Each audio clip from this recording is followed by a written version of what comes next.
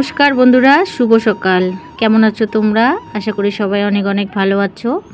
আর তোমাদের ভালোবাসায়, ভগবানের আশীর্বাদে আমরাও ভালো আছি। এদিকে আমার সকালবেলা কিন্তু স্নান শেষ, কারণ জানোই তোমরা যে 3 দিন আমাদের সকালবেলা কোনো কাজ না করে স্নান করতে হয়, সেরকমই আর কি। তো আমি ঘরের কাজ কোনো করিনি, কলের পাড়ের কাজ সেরে নিয়ে স্নানটা সেরে নিয়েছি। আর এদিকে দেখো, আজকে বিছানার বেডশিটটা তুলবো, তার জন্য ভাবছি যে জানালাটা একটু ঝেড়ে নিই আর তার সঙ্গে দেওয়ালগুলো একটু ঝেড়ে নিব। কারণ দেখবে যে কদিন পর পর একটু যদি না ঝাড়া যায়, ওই একটু একটু মাকড়সার জাল জমে যায়। তা এর জন্য কিন্তু যেদিন করে আমি বিছানার চাদর তুলি আর কি, তো প্রতিদিনে আর কি হয় না, ওই মাঝে মধ্যে যখন আর কি আমি বিছানার চাদর তুলি, তখন আমি সামনে যতটুকু ওয়ালগুলো হাতে পাই ততক্ষণ তত দূর অবধি আর কি একটু ঝাড়ু দিয়ে নিই। তাহলে কি হয়, তাহলে দেওয়ালগুলো একটু পরিষ্কার থাকে। তো সেটাই করে নিচ্ছি। তো এদিকে দেখো, তোমাদের সঙ্গে কথা বলতে বলতে আমার কিন্তু দেওয়ালগুলো পরিষ্কার করা হয়ে গেল। আর এদিকে বিছানার বেডশিটটাও তুলে নিলাম। আর এখন একটা ধোয়া কাচা বেডশিট আর কি পেতে দিব। তার আগে বিছানাটা ভালো করে ঝাড়ু দিয়ে নিচ্ছি। আর আমার বিছানায় তো হাজার নোংরা, কি আর বলবো তোমাদেরকে, দুনিয়ার নোংরা। তো যাই হোক, অনেক ধুলোবালি বার হয়েছে। তো এই যে এখন ধোয়া কাচা বেডশিটটা আর কি এখন পেতে দিব। আর 2 দিন 1 দিন পর পরে আমার বেডশিট চেঞ্জ করতে হয়, বেশি দিন রাখতেই পারি না। কারণ হয়তো কোনো দিন এমনও হয় যে প্রত্যেক দিনেরটা প্রত্যেক দিনে ধুতে হয়। ওই যে আমাদের ছাগল ছানা আর হলো বিড়াল ছানাগুলো বিছানায় ওঠে না, তো এর জন্য কিন্তু ওদের জন্য সব সময় আমার বিছানা পাতিগুলো একটু ধোয়া কাচাটা বেশি করতে হয়, রেগুলারই ধুতে হয়, এরকম হলো অবস্থা। আর এদিকে দেখো, তোমাদের সঙ্গে কথা বলতে বলতে আমার কিন্তু বিছানার বেডশিটটা প্রায় পাতা হয়ে গেল। তারপরে আবার ওই বিছানায় বড় মেয়ে ঘুমিয়ে আছে, ওকে আবার ডেকে এই বিছানা নিয়ে আসবো। তারপরে আবার ওই বিছানাটাও পরিষ্কার করব। সকাল সকাল বিছানাপাতিগুলো যদি পরিষ্কার না করা যায়, একদম ভালো লাগে না। তো এই দেখো, দেওয়ালগুলো অনেক সুন্দর চকচকা হয়ে গেছে, গ্রিলটাও একদম চকচক করছে। আর সঙ্গে বিছানাটার বেডশিট ধোয়া পেতে দিয়েছি, সেটাও কিন্তু চকচক করছে। আর এদিকে দেখো, এই ঘরের বিছানার বেডশিটটাও আমি একদম ঝেড়ে নিয়েছি। আজকে আর এটাকে পাল্টালাম না, কারণ একবারে যদি সবগুলো বার করি তাহলে অনেকটা চাপ হয়ে যায় ধোয়া কাচার জন্য। তো এইটাকে কালকে পাল্টাবো। তো এদিকে দেখো, এই বিছানাটার বেডশিটটাও পাল্টে নিয়ে এর ফাঁকে কিন্তু ছোটো মেয়ে চা করেছিল, চা খেয়েছি। চাটা খাওয়া হয়ে গেছে। তারপরে এই যে ডেলিকার যতগুলো জামা কাপড় আছে, আবার এদিকে কয়েকটা আবার স্কুল ড্রেস, তো সেগুলো বের করে নিয়েছি, নিয়ে ভিজাবো এখন। আর ছোটো মেয়ে যেহেতু চাটা করেছে, এর জন্য চাটা আর দেখানো হয়নি। এদিকে দেখো, জামা কাপড়গুলো এখন সব ভিজিয়ে নিব। আর প্রতিদিনেই এক গাদা করে জামা কাপড়। তো যাই হোক, আমাদের এদিকে আবার কি হচ্ছে, প্রতিদিন সকালবেলা বৃষ্টি হচ্ছে, আবার দুপুরবেলা কিন্তু অনেক রোদ হচ্ছে। তার জন্য অনেকটা বাঁচা গেছে, না হলে তো এই জামা কাপড় নিয়ে যে কী জ্বালা হতো তার কোনো ঠিক নেই। আর এদিকে দেখো, তোমাদের সঙ্গে কথা বলতে বলতে আমার কিন্তু জামা কাপড় আর কি সব ভেজানো হয়ে গেছে। জামা কাপড়গুলো ভিজুক, ততক্ষণ আমি অন্য কাজগুলো করে নিই। আর এদিকে দেখো, জামা কাপড়গুলো ভিজিয়ে নিয়ে ভাত বসিয়ে দিচ্ছি, কারণ ছোটো মেয়ের পরীক্ষা চলছে, স্কুলে যাবে একটু পরে। তো এর জন্য ভাবলাম যে না, আগে ভাতটা বসিয়ে দিই। আর ভাত বসানো হয়ে গেলে কি হয়, ভাতটা হয়ে গেলে একটা কাজ আগায়, আর ভাত বসিয়ে দিয়ে আমি টুকটাক কাজগুলো করে নিতে পারি। তো যাই হোক, এদিকে দেখো, ভাতটা বসিয়ে দিলাম। ভাতটা বসিয়ে দিয়ে কাচাকাচিগুলো করে নিলাম এরই ফাঁকে। আর কাচাকাচি করে নিয়ে এই যে এখন ভাতটাও হয়ে গেছে। ভাতটা নামিয়ে নিয়ে আর কি একটু আলু সিদ্ধ বসিয়ে দিব। বসিয়ে দিয়ে তারপরে জামা কাপড়গুলো মেলতে যাব। আর এদিকে দেখো, ভাতটা নামিয়ে নিয়েছি। ভাতটা নামিয়ে নিয়ে এখন কিন্তু এই যে প্রেসারে আলু সিদ্ধ আর কি বসিয়ে দিলাম। ভাবলাম যে একটু আলু সিদ্ধ করে নিই, আর আজকে আলু সিদ্ধর দরকারও আছে। আজকে না ডালের আর কি বেটে, মুসুরির ডাল বেটে আর কি ডালের বড়া বানিয়ে তরকারি করব।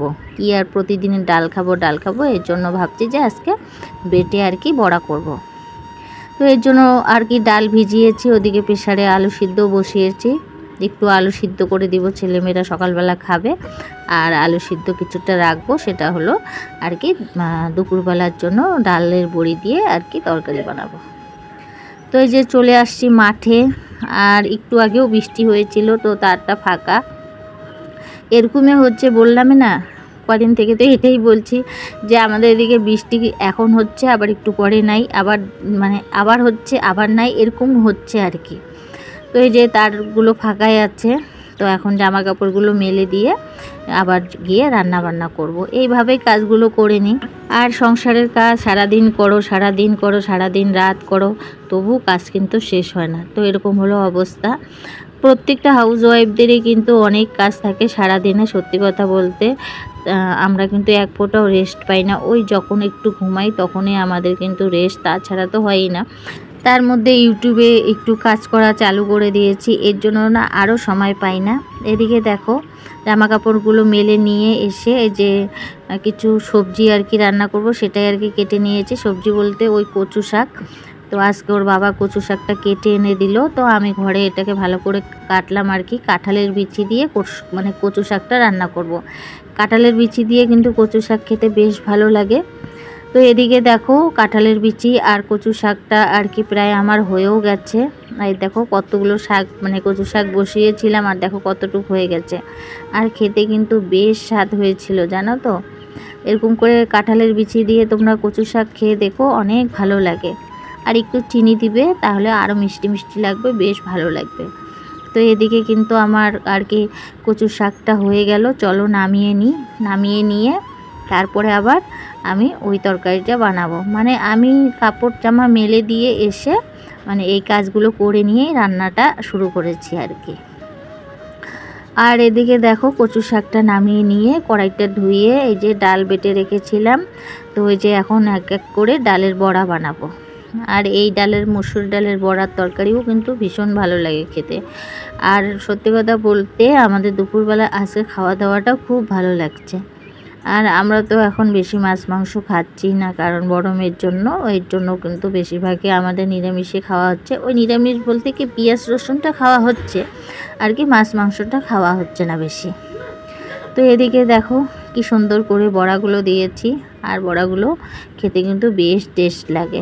আমার সবথেকে এই হাতে বাটা ডালের বড়ার মধ্যে মসুর ডালের বড়াটাই বেশি ভালো লাগে। আর তাছাড়া আমার অন্য ডালের বড়া অতটা ভালো লাগে না।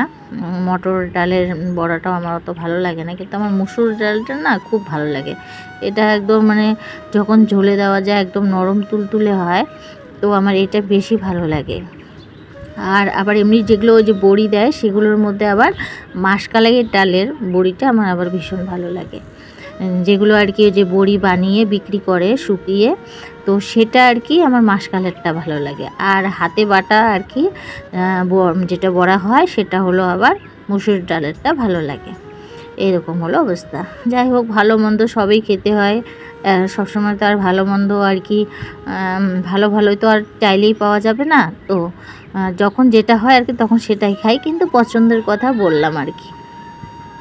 তো এদিকে দেখো আর কি মশলাটা এখন কষিয়ে নিচ্ছি। বড়াগুলো হয়ে গেছে, আর যেহেতু সিদ্ধ আলু এর জন্য না মশলাটা আগে কষিয়ে নিচ্ছি। আমি না সিদ্ধ আলুর তরকারি যখন বানাই তখন কিন্তু মশলাটা আমি আগে কষিয়ে নিই, তারপরে আলুগুলো দিই। তখন সিদ্ধ আলুটাকে আর কি ভাজি না আমি। আর যখন কাঁচা আলুর তরকারি রান্না করি তখন কিন্তু আলুটাকে ভাজা করে রান্না করি। আর যখন আর কি সিদ্ধ করে আলু আর কি তরকারি বানাই তখন কিন্তু আমি সেটাকে আর ভাজি না। কারণ আমি এটা না ইউটিউবে অনেকজনের রান্নার মধ্যে দেখেছিলাম যে ভাজা আলু মানে কাঁচা আলু ভাজতে হয়, আর সিদ্ধ আলু না ভাজলেও কোনো গন্ধ টন্ধ পড়ে না। তো সেটাই আমি শিখেছি। আর সত্যি কথা বলতে সেরকম করে রান্নার পরে দেখছিলাম যে না, কোনো আলুর যে একটা কাঁচা গন্ধ থাকে সেটা কিন্তু আর থাকে না সিদ্ধ করার পরে। তো এদিকে দেখো, যাই হোক আমরা সবার কাছে সবাই অনেক কিছুই শিখবো। হয়তো আমার কাছে কেউ একটা কিছু শিখছে, আর আরেকজনের কাছে হয়তো আমি আরেকটা কিছু শিখছি। তো এরকম করে কিন্তু আমরা ইউটিউব দেখেও কিন্তু অনেক কিছু শিখছি। তো সেরকম হলো কথা। আমিও এটা আগে যখন আমি আর কি সিদ্ধ করে আলু বানাতাম মানে আলুর ঝোল বানাতাম না, তখন আমি আলুগুলোকে ভাজতাম। তো আলুগুলো অনেক ভেঙে ঠেঙে যেত, কিন্তু হলো এরকম করে করার পরে না দেখি যে না, এই আলুগুলো বেশ ভালোই হয়, অসুবিধা না। এটা এই ঝোলটা খেতেও বেশ ভালো হয়। তো এটাই করি এখন। আর এদিকে দেখো ঝোলটা ফুটে গেছে, বড়াগুলো দিয়ে দিয়েছি। এখন একটু গরম মশলা দিব, গরম মশলা দিয়ে তারপরে কিন্তু নামিয়ে নিব। তো এদিকে বড়মশাই বাড়িতে আছে, বড়মশার অনেকটা খিদে পেয়ে গেছে, কারণ আমার না এটা সেটা কাজ করতে করতে অনেকটাই লেট হয়ে গেছে। তো ওর বাবাকে আমি কচু শাক আর তখন ছেলেমেয়ের জন্য কিছুটা আলু সিদ্ধ করেছিলাম, তো সেটা ছিল, সেটা দিয়ে ওকে খেতে দিয়েছি। তো খুব তাড়াহুড়ো লাগাচ্ছি আর কি, যে একটু মানে ঝোল দিব ওকে। তো এই যে ঝোলটা তাড়াতাড়ি ফুটেও গেছে, এখন ওকে খেতে দিয়েছি। এই যে এখন আর কি একটু গামলার মধ্যে নিয়ে নিচ্ছি, ওকে দিব আর কি। ও খেতে বসে পড়েছে, তো তাড়াহুড়ো করে ওকে একটু দিয়ে আসলাম।